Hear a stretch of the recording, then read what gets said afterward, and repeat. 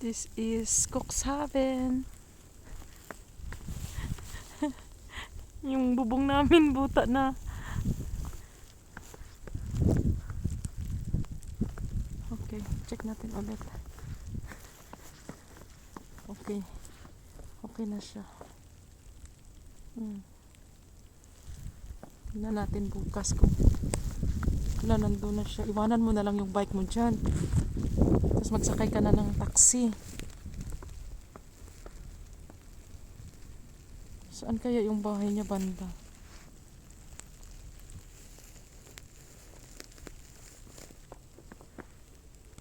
Doon banda yung bahay niya.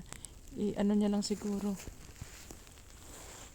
Iwanan niya siguro doon sa may gilid.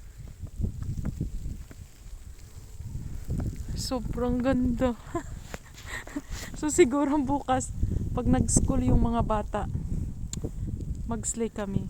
Kasi yung kapal na wala pang isang oras to. Pasok na tayo sa loob. Manol.